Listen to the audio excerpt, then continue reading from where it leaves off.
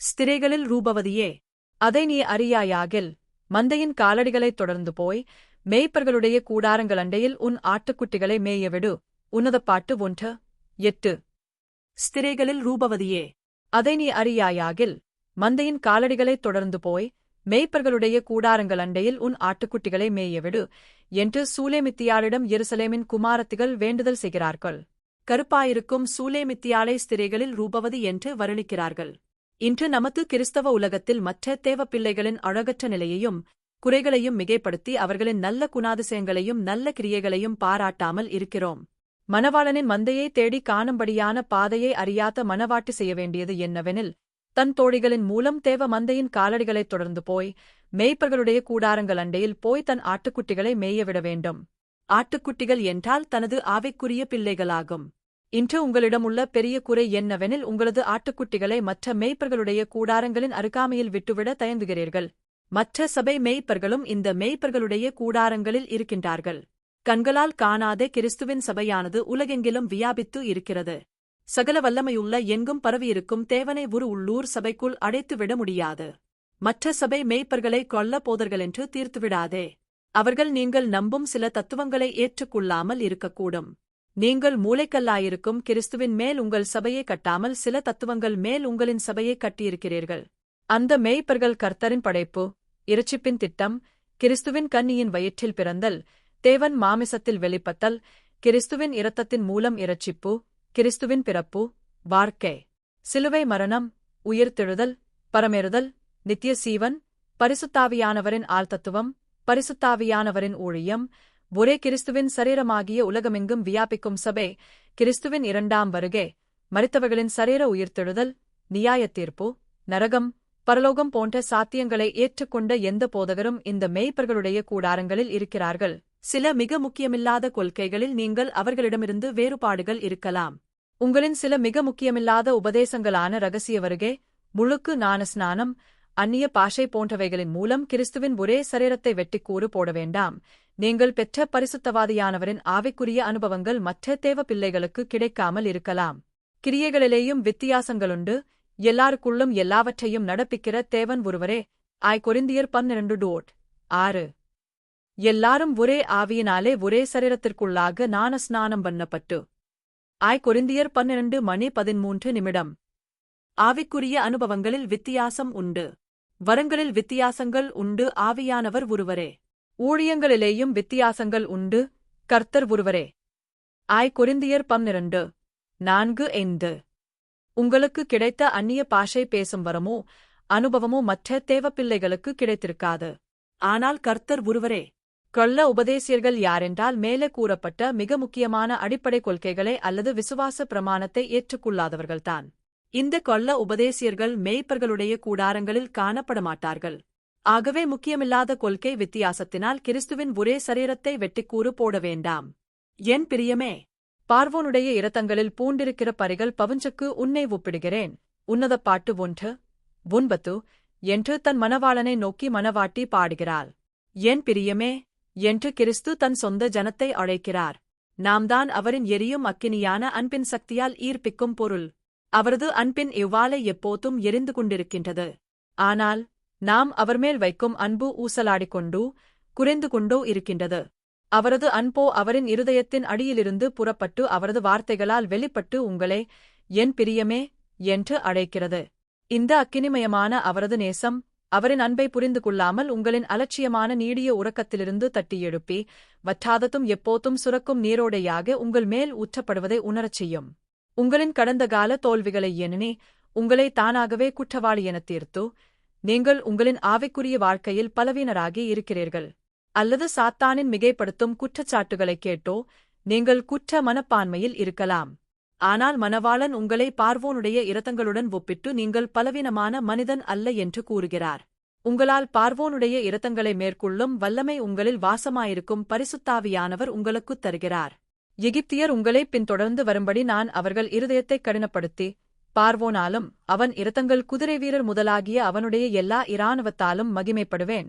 யாத்திராகமம் பிற்பகல் 2:17. பார்வோனாகிய சாத்தானின் சகல சக்திக்கும் நீங்களாக்கி, அவனது இரத்தங்கள் குதிரைவீரர் முதலாகிய அவனுடைய எல்லா இராணுவத்தையும் அழித்து உங்களையும் உங்களது குடும்பத்தையும் மீட்டுக் கொண்டாரே. சாத்தான் மூலம் வரும் நோயின் கொடுமையை உங்களிடமிருந்து அகற்றிப் போடுகிறாரே. இவையெல்லாவற்றிலேயும் நாம் நம்மில் அன்பு கூறுகிறவராலே முற்றும் ஜெயங்கொள்ளுகிறவர்களாயிருக்கிறோமே. ரோமர் 8:37 ஆபரணாத்திகள் பூண்ட உன் கன்னங்களும் ஆரங்கள் பூண்ட உன் கழுத்தும் அழகாயிருக்கிறது.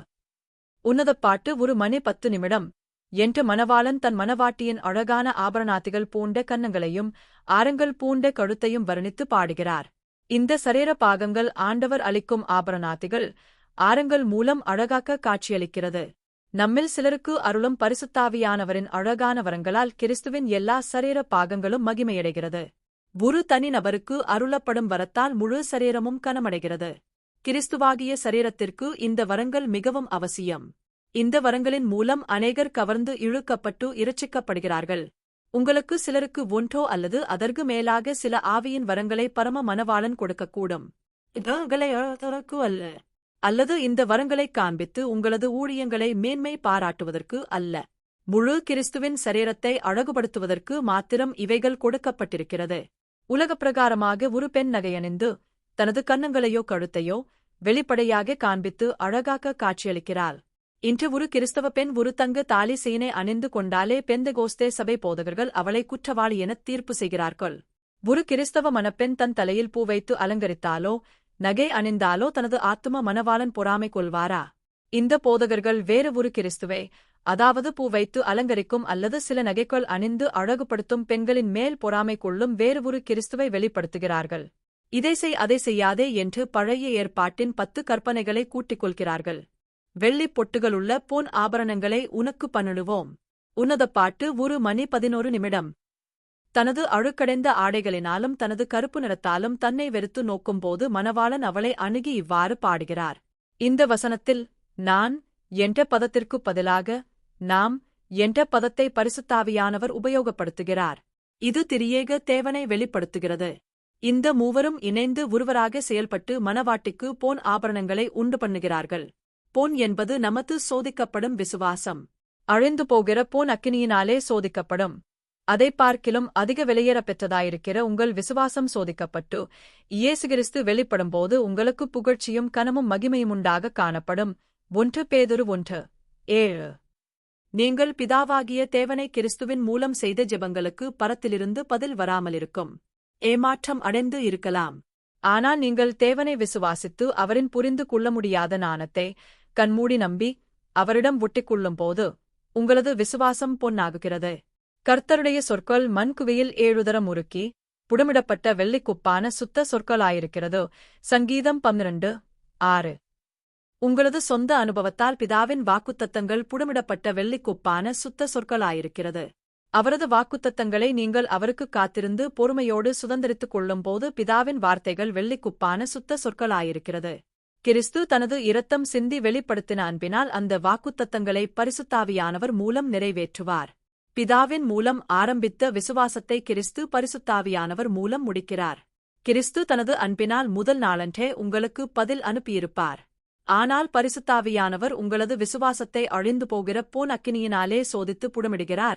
இந்த புடமிடுதலுக்குப் பின்தான் கிறிஸ்து தன் மகிமையை வெளிப்படுத்துகிறார். இது கடைசி கட்டத்தில்தான்.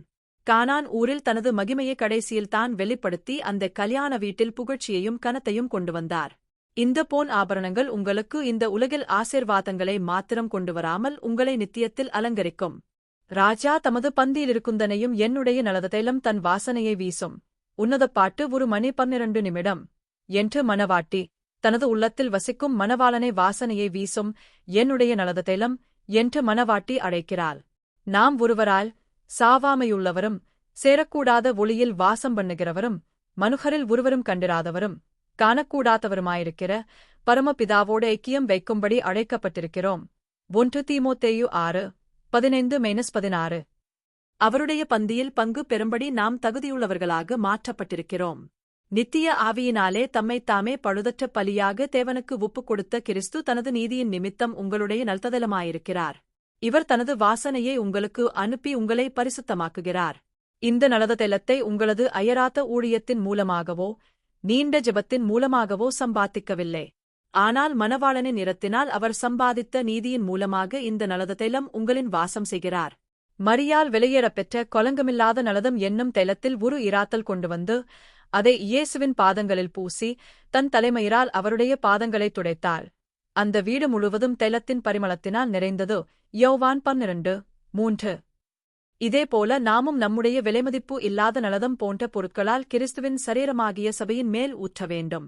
உங்களின் இருதயத்தில் பரிசுத்தாவியானவர் நலத தைலமாக வாசம் பண்ணும்போது நீங்கள் அவரின் உண்மையான எளிய ஊழியர்களுக்கு தியாகமாக கொடுக்கும் காணிக்கைகளை அவர்கள் பெற்றவுடன் நன்றியுள்ள இதயத்துடன் அவர்கள் அளிக்கும் தோத்திரங்கள் சுகந்த வாசனையாக தேவனிடம் போய் சேர்ந்து உங்களுக்கு ஆசீர்வாதங்களை அனுப்புகிறது. இந்த தர்மசகாயமாகிய பணிவிடை பரிசுத்தவான்களுடைய குறைவுகளை நீக்குகிறதுமல்லாமல் அநேகர் தேவனை ஸ்தோத்திரிப்பதினாலே சம்பூர்ணபலனுள்ளதாயும் இருக்கும். கொரிந்தியர் 9:12. தனது அன்பான மணவாளனின் பிரசன்னத்தை இழந்த மணவாட்டி அவருடைய மர்மமான தனித்தன்மை வாய்ந்த ஆழ்த்தத்துவத்தை நினைவு கூர்ந்து தன் தோழிகளிடம், என் நேசர் எனக்கு என் ஸ்தனங்களின் நடுவில் தங்கும் வெள்ளை போலச் சென்று என்று பாடுகிறாள். உன்னதப்பாட்டு 1:13. நற்கந்தத்தை பரப்பும் இந்த வெள்ளை போலச் சென்று ஒரு விசேஷித்த செடியின் மரப்பட்டையிலிருந்து எடுக்கப்படுகிறது. இயேசு கிறிஸ்துவின் சரீரம் சிலுவையில் அறையப்பட்டவுடன் இந்த வெள்ளை போலச் சென்று வெளிப்பட்டு ஒரு நற்கந்தமாக தேவனைப் பற்றிய அறிவையையும் அவரது பரிசுத்தத்தையும் பரப்புகிறது. இந்த வெள்ளை போலச் செண்டாகிய மணவாளன் தன் மணவாளியின் மடியில் படுத்து அவளின் அன்பை ருசிக்கின்றார். இது மணவாட்டியினோடு மணவாளனின் வைத்திருக்கும் தனிப்பட உறவை வெளிப்படுத்துகிறது. கிறிஸ்துவின் சரீரத்தில் தங்களின் தியாகத்தால் கண்ணீரோடும் இரத்தம் வடித்து ஊழியம் செய்பவர்கள் ஒரு பாலூட்டி பிள்ளைகளை வளர்க்கும் தாய்க்கு ஒப்பானவர்கள். இந்த சுயநலமற்ற ஊழியர்களின் மடியில் மணவாளனாகிய கிறிஸ்து இருக்க விரும்புகிறார். என் நேசர் எனக்கு என் கேதி ஊர் திராட்சத் தோட்டங்களில் முளைக்கும் மருதோன்றிப் பூங்கொத்து என்று தன் மணவாளனின் மர்மமானதும் அதிசயமானதும் ஆழ்த்தத்துவத்தை மணவாட்டி வர்ணித்து பாடுகிறாள். உன்னதப்பாட்டு 1:14. மணவாட்டியான இயேசுவின் சீடர்கள் அழகான மனம் வீசும் எங்கேதி ஊர் திராட்சத் தோட்டங்களுக்கு ஒப்பானவர்கள். இயேசு கிறிஸ்து அந்த தோட்டங்களின் நடுவில் மலர்ந்து முளைக்கும் மருதோன்றிப் பூங்கொத்துக்கு ஒப்பானவர். தங்களின் தனிப்பட்ட வாழ்க்கைகளின் மூலம் கிறிஸ்துவை அறிகிற அறிவின் வாசனையை வெளியாக்கி எங்கும் பரப்புகின்றனர். கிறிஸ்துவுக்குள் எப்பொழுதும் எங்களை வெற்றி சிறக்க பண்ணி எல்லா இடங்களிலேயும் எங்களைக் கொண்டு அவரை அறிகிற அறிவின் வாசனையை வெளிப்படுத்துகிற தேவனுக்கு ஸ்தோத்திரம். கொரிந்தியர் 2:14. பின்வாங்கிப் போகும் மணவாட்டி இந்த மனம் வீசும் எங்கேதி ஊர் திராட்சத் தோட்டங்களுக்கு நேராக கவரப்படுகிறாள். அவள் அந்த தோட்டங்களின் நடுவில் தன் ஆத்ம மணவாளனை மருதோன்றிப் பூங்கொத்தாக மலர்ந்து கிடப்பதைக் கண்ணாரக் கண்டு மகிழ்கிறாள். அவள் பார்ப்பது ஒரு பூவை அல்ல, ஒரு பூங்கொத்தைக் காண்கிறாள். கிறிஸ்துவிடம் அநேக சுபாவங்கள் உண்டு. இன்று நமக்கு கிறிஸ்துவை பற்றி அறிவை கொடுக்கும் ஊழியர்கள் அவரின் ஒரு சில குணாதிசயங்களை மாத்திரம் வெளிப்படுத்துகிறார்கள். பின்மாற்றத்திலிருந்து மனம் திரும்பும் ஒரு சீடனுக்கு தேவ கோபத்தையும் நியாய தீர்ப்பையும் குறித்து மாத்திரம் பிரசங்கித்தால் போதாது. அவரது நீடிய பொறுமையையும் அவர் இப்போதும் மன்னிக்க வல்லவர் என்றும் போதிக்க வேண்டும். பாவத்தில் மூழ்கி கிடக்கும் சீடனுக்கு அவரின் கோபாக்கினையையும் நரகத்தையையும் குறித்து போதிக்க வேண்டும். பாவத்திலிருந்து விடுதலையை தேடும் சீடனுக்கு அவரின் பரிசுத்தத்தைப் பற்றி அறிவிக்க வேண்டும். மணவாட்டி தான் கருப்பாயிருக்கிறேன் என்று தன்னை இகழ்ச்சியாக கருதும்போது மணவாளன் அவளை நோக்கி, என் பிரியமே, நேரூபவதி நேரூபவதி, உன் கண்கள் புறாக்கண்கள் என்று பாடுகிறார். உன்னதப்பாட்டு 1:15. நேரூபவதி என்று அநேக இடங்களில் இந்த புத்தகத்தில் காணலாம். நீங்கள் உங்களுடைய பார்வையில் கொலங்கம் உள்ளவர்களாக இருந்தாலும் இயேசு கிறிஸ்துவின் பார்வையில் நீங்கள் அழகாக இருக்கிறீர்கள். இதுதான் உங்களைப் பற்றி கிறிஸ்துவின் சாட்சி. நேரூபவதி. கிறிஸ்து தனது கண்ணாடியை உங்களின் முன்னால் பிடித்து உங்களது சாயலை காணும்படி செய்கிறார். அவரின் கண்ணாடி உங்களின் கண்ணாடியை விட மாறுபட்டது. அவரின் தனிப்பட்ட கண்ணாடியை பிடித்து உங்களுடைய காதுகளில் இரகசியம் பேசுகிறார். என் பிரியமே, நேரூபதி என்று. புறா மென்மையானதும் அப்பாவியானதும் ஒரு பறவை. அது இலகுவாக வேடனின் கண்ணியில் அல்லது கழுகின் வாயில் விழுந்துவிடும். அதன் கண்களில் வஞ்சகம் காணப்படுவதில்லை. கிறிஸ்து உங்களின் அப்பாவித்தனத்தையும் மென்மையான குணத்தைக் குறித்தும் சாட்சி கூற முடியுமா? தனது மணவாளனின் நேசத்தால் மூழ்கி மணவாட்டி அவரை நோக்கி, நேர் ரூபமுள்ளவர், என் நேசரே, நேர் இன்பமானவர், நம்முடைய மஞ்சம் பசுமையானது என பாடுகிறாள். உன்னதப்பாட்டு 1:16. நாம் இயேசு கிறிஸ்துவை வணங்கி ஆராதிக்கிறோம், ஏனெனில் அவர் யார் என்றும் அவரை நாம் எவ்வாறு புரிந்திருக்கிறோம் என்றும் நன்கு அறிந்திருக்கிறோம். உண்மையாகவே அவர் யுகயுகமாய் கலங்கமில்லாத பூரண அழகுள்ளவர்.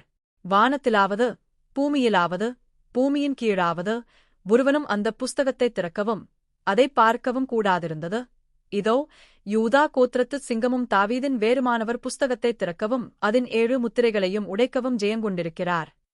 வெளி 5:3-7. ஆட்டுக்குட்டியானவரைத் தவிர வேறு யாரும் தகுதியில்லாதவர்கள். நாமும் மகா சத்தமிட்டு அடிக்கப்பட்ட ஆட்டுக்குட்டியானவர் வல்லமையையும் ஐசுவரியத்தையும் ஞானத்தையும் பெலத்தையும் கனத்தையும் மகிமையையும் ஸ்தோத்திரத்தையும் பெற்றுக்கொள்ள பாத்திரராயிருக்கிறார் என்று ஆராதிப்போமாக. வெளி 5:12. 15ஆம் வசனத்துக்கும் 16ஆம் வசனத்துக்கும் பெரிய வித்தியாசம் உண்டு. 15ஆம் வசனமானது கருப்பாயிருக்கும் மணவாட்டியைக் குறித்து நீர் உபவதி என்று மணவாளன் கொடுக்கும் சாட்சியாகும். உண்மையை கூறுவோமானால் மணவாட்டி அவளது பார்வையில் அழகு இல்லாமல் கருப்பாக இருந்தாலும் தனது மணவாளனின் பார்வையில் ரூபவதியாக இருக்கிறாள்.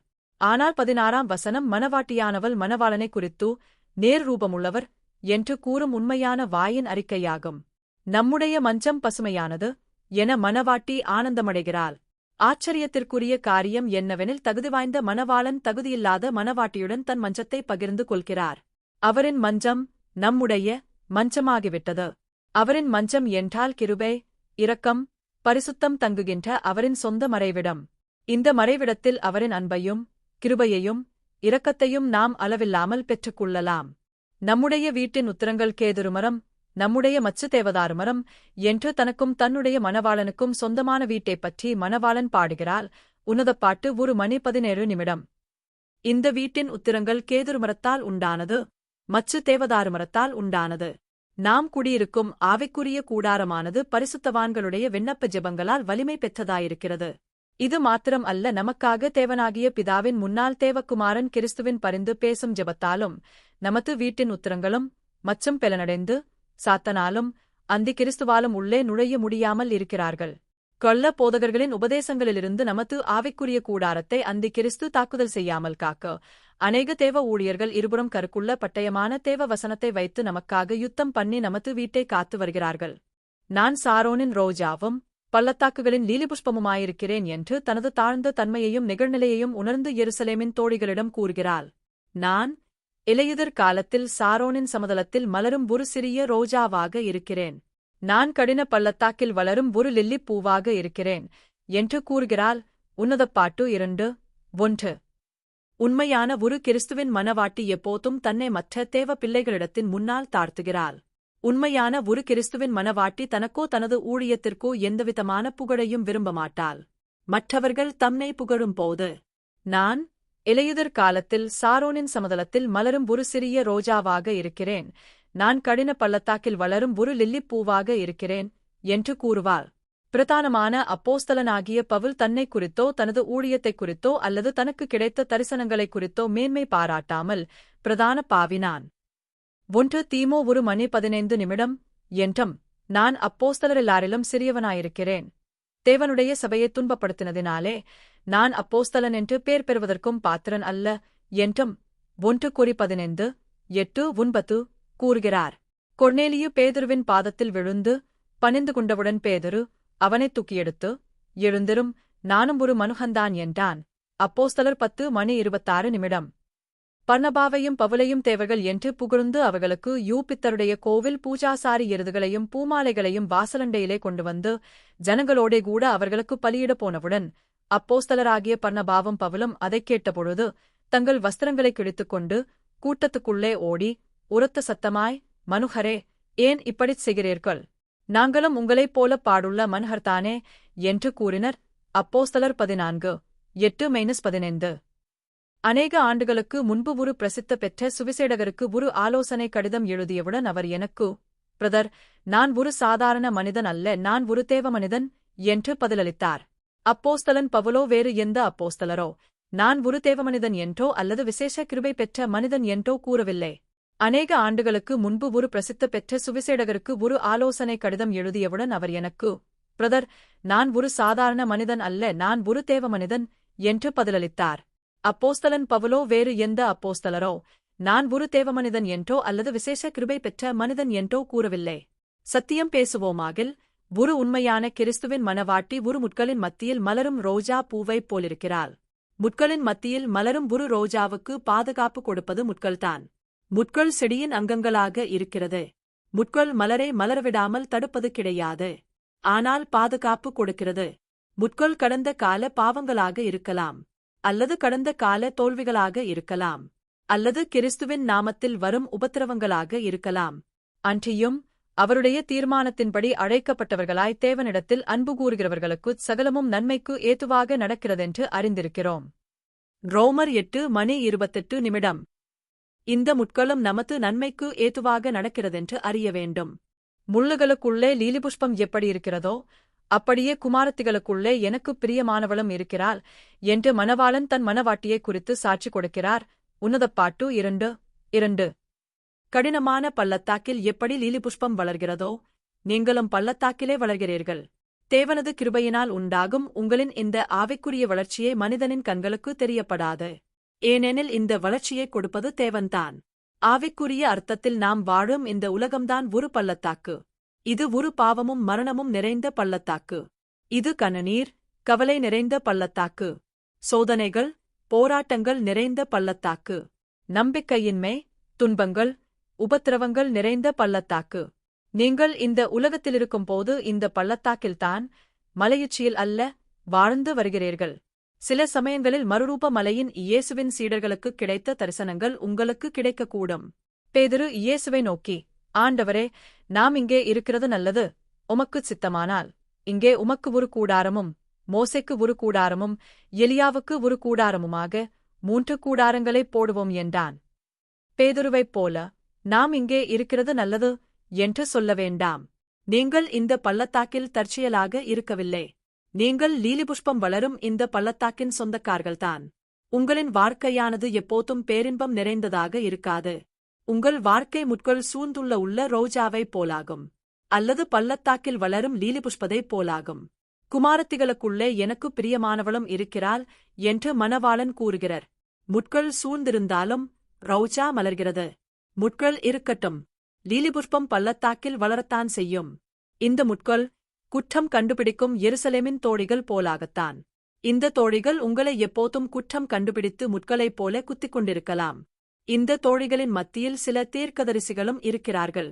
அவர்கள் சத்தமிட்டுக் கூப்பிட்டு எக்காலத்தைப் போல சத்தத்தை உயர்த்தி உங்கள் மீறுதலையும் பாவங்களையும் உணர்த்துவார்கள். ஏசாயா 58:1. அவர்களை கால் வைத்து உதைக்காதே. முள்ளில் உதைக்கிறது உனக்குக் கடினமாம். அப் 9:5. காட்டுமரங்களுக்குள்ளே கிச்சிலிமரம் எப்படி இருக்கிறதோ அப்படியே குமாரருக்குள்ளே என் நேசர் இருக்கிறார். அதன் நிழலிலே வாஞ்சையாய் உட்காருகிறேன். அதன் கனி என் வாய்க்கு மதுரமாயிருக்கிறது என்று தனது மணவாளனைப் பற்றி மணவாட்டி மணவாளனின் உன்னதமான வித்தியாசமான ஆழ்தத்துவத்தை இங்கே வர்ணிக்கிறாள். உன்னதப்பாட்டு 2:3. கிச்சிலிமரம் தன்னைச் சுற்றியுள்ள காட்டுமரங்களுக்குள்ளே வித்தியாசமாக காணப்படுகிறது. கிச்சிலிமரம் காட்டில் வழி தெரியாமல் போன ஒரு பயணிக்கு தனது பழத்தின் மூலம் புத்துயிர்ச்சி அளிக்கிறது. இதேபோல் பிதாவின் ஒரே பேரான குமாரன் கிச்சிலிமரமாக தன்னை வித்தியாசமாக காட்டு மரங்களாகிய குமாரருக்குள்ளே சன்ஸ் காணப்படுகிறார். குமாரர்கள் தேவனது ஒரே பேரான குமாரனின் இடத்தை எடுத்துக்கொள்ள முடியாது. அவர் ஒருவரே தேவரேல் புஸ்தகத்தை வாங்கவும் அதன் முத்திரைகளை உடைக்கவும் பாத்திரராயிருக்கிறார். வெளி 5:3-9. காட்டு மரங்களாகிய தேவ ஊழியர்கள் தேவகுமாரனின் நாமத்திற்குரிய மகிமையும் புகழ்ச்சியையும் எடுத்துக்கொள்ளக்கூடாது. பிதாவின் ஒரே பேரான தேவகுமாரனை தேவகுமாரர்களுடன் ஒப்பிட்டு போதிக்கும் எந்த தத்துவமோ வேதத்திற்கு புறம்பானதுதான். ஜீவ தண்ணீர் கொடுப்பது கிறிஸ்து தான். ஒரு தேவ ஊழியர் அந்த ஜீவ தண்ணீரை சுமந்து செல்லும் ஒரு கருவியே. இன்று அநேக மக்கள் சுவிசேட கூட்டங்களிலிருந்து தேவனிடமிருந்து ஆசிர்வாதம் பெறாமல் வீடுகளுக்குத் திரும்புகிறார்கள். ஏனென்றால் அவர்கள் கிச்சிலிமரமான கிறிஸ்துவிடம் போகாமல் காட்டுமரங்களிடம் போய் கிச்சிலி படத்தைத் தேடி ஏமாற்றப்பட்டு திரும்புகிறார்கள். கிறித்துவிடம் தாகத்தோடு போகிற எவரும் காலி கையோடு திரும்பி வருவதில்லை. உன்னதப்பாட்டின் கூறப்பட்ட கிச்சிலி மரத்தை சுற்றி நிற்கும் காட்டு மரங்கள் உன்னதமான கவர்ந்து இழுக்கும் கிறிஸ்துவின் ஆழ்தத்துவத்தை வெளிப்படுத்துகிறது. ஒரு உண்மையான தேவ ஊழியர் கிறிஸ்துவின் மகிமையை மாத்திரம் வெளிப்படுத்தி காண்பிக்க வேண்டும். பவுல் சொல்கிறார், நாங்கள் எங்களையே பிரசங்கியாமல் இயேசுவை கர்த்தரென்றும் எங்களையோ இயேசுவி நிமித்தம் உங்கள் ஊழியக்காரரென்றும் பிரசங்கிக்கிறோம். 2 Corinthians 4:5. இன்று அநேக ஊழியர்கள் தங்களைப் பற்றியும் தங்களின் ஊழியங்களைப் பற்றியும் பெருமையாக பேசி வருகிறார்கள். தங்களின் சுய விளம்பரத்தை டிவி சேனல்ஸ், பத்திரிகை, யூடியூப், இன்டர்நெட் மூலமாக செய்து வருகிறார்கள். இயேசுவி நிமித்தம் உங்கள் ஊழியக்காரரென்றும் என்று தான் பிரசங்கிக்க வேண்டும். தேவ ஊழியர்கள் என்று அல்ல. நீங்கள் சேவை செய்யும் மக்களின் ஊழியக்காரர்கள்தான். ஒருவனும் தேவனுக்கு தனது கைகளால் ஊழியம் செய்ய முடியாது. நானோ நம்முடைய கர்த்தராகிய இயேசு கிறிஸ்துவின் சிலுவையை குறித்தேயல்லாமல் வேறொன்றையும் குறித்து மேன்மை பாராட்டாதிருப்பேனாக என்று பவுல் கூறுகிறார். காலா 6:14. நமது ஊழியத்தைக் குறித்தோ நமது ஆவிக்குரிய வரங்களைக் குறித்தோ மேன்மை பாராட்டாதிருப்போமாக. சிலுவையை குறித்தேயல்லாமல் வேறு எதையும் குறித்தோ மேன்மை பாராட்டாதிருப்போமாக. பின்வாங்கிப் போன மணவாட்டி தனது மணவாளனின் பிரசன்னத்தை இழந்து ஆவிக்குரிய காட்டில் அலைந்து திரிந்து காட்டின் மரங்களுக்குள் கிச்சிலி மரத்தை தேடுகிறாள். ஆனால் கிச்சிலி மரத்தை சுற்றியுள்ள மரங்கள் தங்களின் கனிகளைக் காண்பித்து கிச்சிலி மரத்தை அண்டவிடாமல் செய்கிறார்கள். கிச்சிலி மரமானது உன்னதமாகவும் வித்தியாசமாகவும் காட்சியளிக்கிறது. இன்று போதகர்கள் அங்கலாய்க்கும் மணவாட்டியை குற்றம் கண்டுபிடித்து இழிவாக பேசி கிறிஸ்துவிடம் வரவிடாமல் விரட்டியடிக்கிறார்கள். இவர்கள் பரிசேயர் சதுசேயர் விட மோசமானவர்கள். நீதியுள்ள கிறிஸ்துவோ இந்த மணவாட்டியை தன்னண்டை வர ஆவலாக காத்துக்கொண்டு இருக்கிறார்.